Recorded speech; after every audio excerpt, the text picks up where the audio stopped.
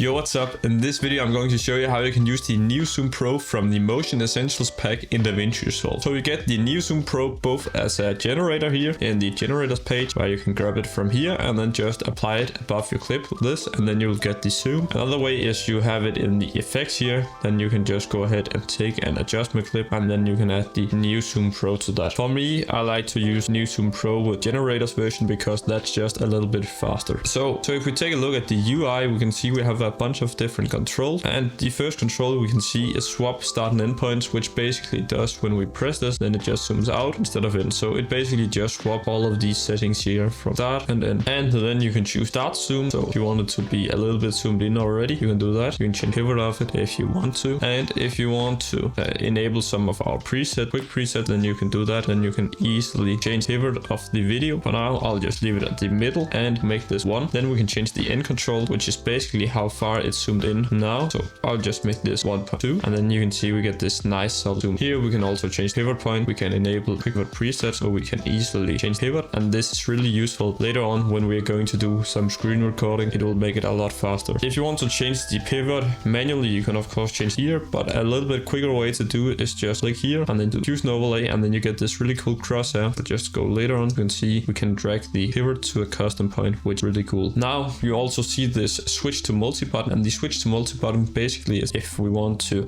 zoom around on the screen. So we zoom in here, let's do a zoom in the top right corner, for example, like that, and just a little bit more. Then if we press on switch to multi button, we can do so we switch to another position on the screen. So if I make a cut, then I press in first and then I make a cut. Now I can press miss, now I can press mid for mid animation, and then we can choose another point on the screen. Now let's just take a look at it.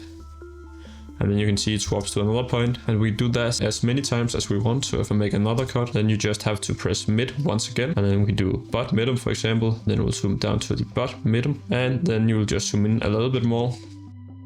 And that's how that works basically. Then I can make another cut, then press out, and then it will just zoom back out. So it's pretty simple honestly, but it's really useful if you want to do some multi-point zoom, which is really cool. And as you saw, these pivot presets also became really useful when we are doing something like that, because now we can actually do these multi-point zoom in literal seconds instead of minutes. So that's really cool. So now let's just move it back here, and let's say we don't want to do this multi-point zoom anyway. So then we can just press to reset to standard, and then it will just get zoomed back out, and then we'll just change the pivot to middle again. Now if you take a look at the new animation, we can see we have a couple of controls as well. So the first control we have is the in animation. This is just to enable or disable it. So if we want to disable the in animation and only have an out animation, can do that. If we want to have an in animation but not an out animation, we can just disable the out like this, and then we won't have an out animation. I want both, so I'll just add both. So now we can also see we can change the in length, offset, out length, and out offset. So the length is basically how long the animation is. So this is all in seconds. So right now it says the animation will be 1 second. If we want to make it really slow, we make it 2 seconds, and then we get it really slow. Let's say we want a fast zoom out, then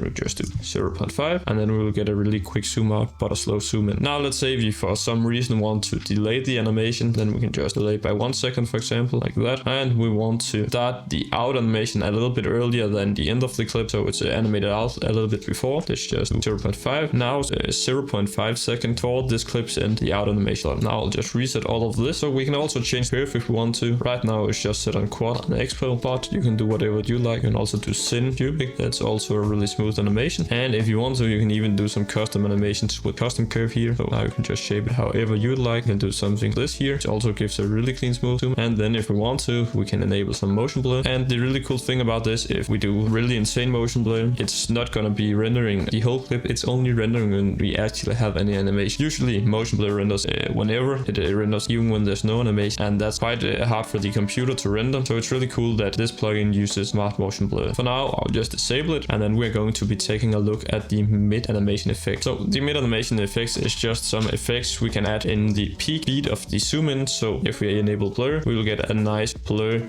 when the zoom is at its peak speed. So I'll just change curve back to the quad expo, and then you can see we get some nice blur when it's at. Now we can choose if we want this to be linked to the settings we have here. So we have in and out. If we disable the out, it will not be doing blur on the out, but if we want to make it custom, we can also do that. So then we can just choose one that in, the out, or both, which just overrides what is in the new animation. We can also enable a shake if we want to on peak speed. So if we take a look at that, it's also pretty cool. Then we can of course decrease strength if we think a little bit too strong, make it a little bit faster if we want to. We can pretty much do whatever we like. Then under edges, if I zoom out a little bit, you can see the edges are mirrored. But if we want to, we can also do transparent. This won't work on the generators version, but if you do it on an adjustment clip, it will just be a black background behind it. So for now, we'll just using mirror. So this was pretty much how you can use the new Zoom Pro. If you got any questions regarding it, you can just drop them down below. And if you haven't already got the pack, you can check out the link down below as well. Have a great day out there, and I'll see you in the next video.